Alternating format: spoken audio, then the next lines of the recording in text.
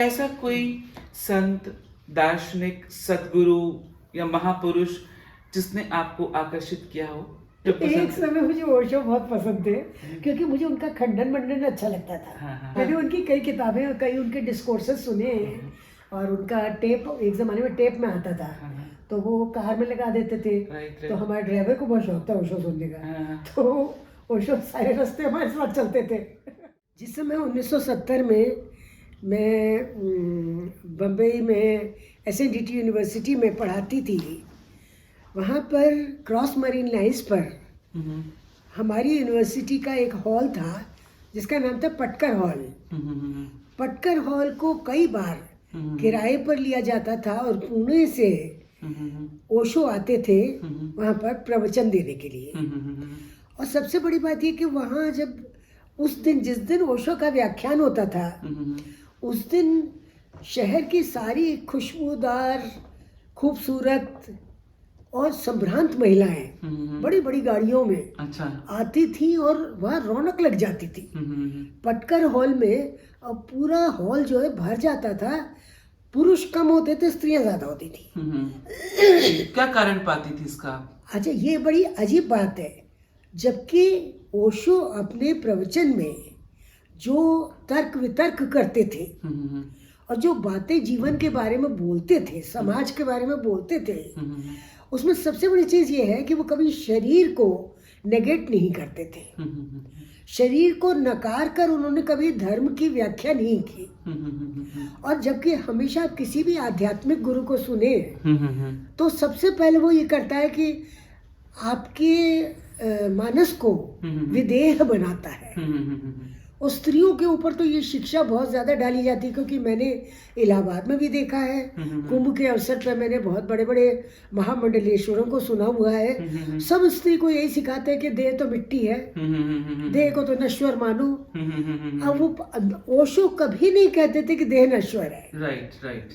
और वो कभी ये नहीं कहते थे कि देह से परे हुँ, हुँ, तुम हुँ। जीवन को जानो। राइट। तो ये बात मुझे लगता है कि लोगों को भी अच्छी लगती थी हुँ, हुँ। और मुझे भी अच्छी लगती थी, क्योंकि मुझे लगा कि ये एक यथार्थवादी चिंतक है। तो क्या कभी आपको ओशो को उनकी कैसेट आती थी पहले, कभी सुनने का मौका मिला? कभी सुना जी आपने? हाँ, मैं तो पटकर हॉल में सबसे पीछे बैठ जाती थी, क्योंकि हम तो फ्री एंट्री थी हमारे लिए। हाँ जी, हाँ जी। बाकी लोगों के लिए टिकट लगती थी, हुँ, लेकिन हम क्योंकि स्टाफ के थे, हुँ। तो हम वहाँ जो पटकर हॉल के जो मैनेजर थे मिस्टर केरा वाला, हुँ, हुँ। उनसे हम कहते थे देखो ओशो का व्याख्यान है, हम तो जरूर सुनेंगे। हाँ, हाँ, वो हाँ। कहेंगे हाँ आ जाना। हाँ, हाँ, हाँ। तो वो पहले ही कह देते थे उसको, गेट कीपर को, हुँ, हुँ। कि इस मैडम को बैठा देना पीछे। हुँ, हुँ, हुँ। तो हम और दो एक लड़कियां और जो थी मेरे जैसी, हुँ, हुँ। हम लोग टीचर्स थे सब, लेकिन यंग थे एकदम। हुँ, हुँ।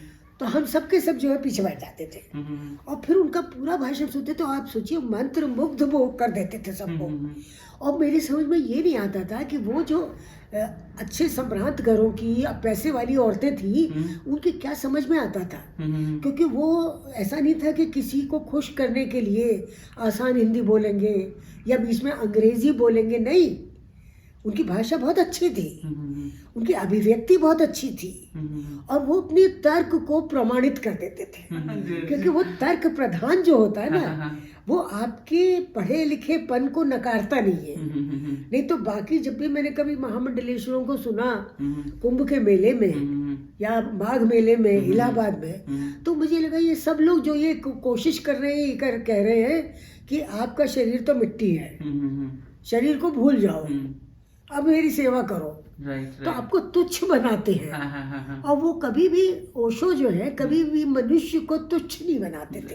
तो कोई ऐसा वाक्य जो हल्का सा धुंधला दिमाग में आ रहा हो, पढ़ा हुआ, जैसे उसकी कुछ बातें, चाहे अक्षरश ना सही, भाव याद आ रहा हो, क्या सुना था आपने हाँ, या? वो यही यही मैंने सुना कि उन्होंने कहा था कि जीवन से आनंद को, हुँ। जीवन से आनंद का बहिर्गमन न करें। हुँ, हुँ, हुँ, हुँ। आनंद को धकेल के बाहर करने की जरूरत नहीं है। हुँ, हुँ, हुँ। वो कहते थे सारे आनंद के बीच में ईश्वर को पाओ। राइट। ओशो बहुत पढ़े लिखे आदमी थे, और वो कहीं पाश्चात्य सभ्यता से हुँ, हुँ। बहुत प्रभावित थे। हुँ, हुँ, हुँ। और एक जो चारवाक का आनंदवाद है, हुँ, हुँ। उससे भी वो प्रभावित थे। हुँ, हुँ, हुँ, हुँ। इसीलिए तो वो कहते हैं संभोग से समाधि तक उनकी पुस्तक है जी हाँ, संभोग पूरी की समाधि की पूरी, ओर। हाँ जी। है ना। हाँ जी। तो उनके अंदर आनंद को लेकर हम्म, एक भाव था और एक उसकी अवधारणा थी, हम्म, और उस अवधारणा को लोगों ने सरलीकरण कर दिया है। और लोगों ने ये सोचा कि भाई फ्री लिविंग करिए तो आप ओशो के समर्थक हैं। विदेश तक पहुंची ये बातें, और विदेश में भी लोगों ने ओशो क्लब बनाने शुरू कर दिए, और उनकी जो समर्थक और उनकी जो प्रमोटर्स थी, माँ शीला हो या कोई भी हो, उन सब ने भी उसको सरलीकरण के रास्ते में ले गए वो लोग। गलत समझा गया हाँ, उनको भी। मुझे लगता है कि देखिए, जब अध्यात्म को हम्म, आप 1 2 3 करके समझने की कोशिश करेंगे ना, तो अध्यात्म जो है वो कुछ भी नहीं है, क्योंकि वो क्या है, आपके मन को बांधता है, वो आपको प्रेरणा देता है, जीवन जीने की एक राह दिखाता है। अब उन्होंने एक विकल्प दिखाया, अब आपने सोचते हैं उसी को संकल्प बना लिया, तो ये गलत हो गया ना थोड़ा सा।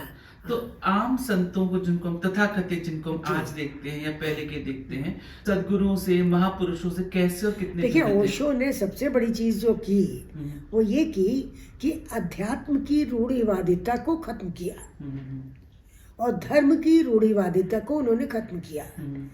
उन्होंने ये कहा कि आप अपने को अपने प्रति ईमानदार रहकर, अपने कार्य जगत के प्रति ईमानदार रहकर भी आप आध्यात्मिक हो सकते हैं, और ये बहुत अच्छी बात है। हाँ जी। हमारे देश में हम ऐसे नहीं हैं कि अपनी नौकरियां छोड़कर अध्यात्म में चले जाएं। हाँ जी, हाँ जी, हम सबको एक 10 से 5 की नौकरी करनी पड़ती है। हाँ जी, हाँ जी। तो हमें जो अध्यात्म ये बताएगा कि आप ईश्वर को पा सकते हैं अपने कामों के बीच, अपने कर्तव्यों के बीच, अपने परिवार के बीच।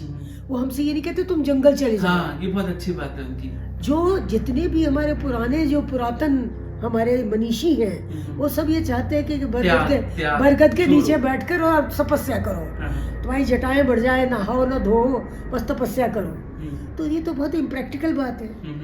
और ओशो पहली बार मुझे एक प्रैक्टिकल फिलोसफर लगे, ये बात मुझे उनकी अच्छी लगी। लेकिन मैं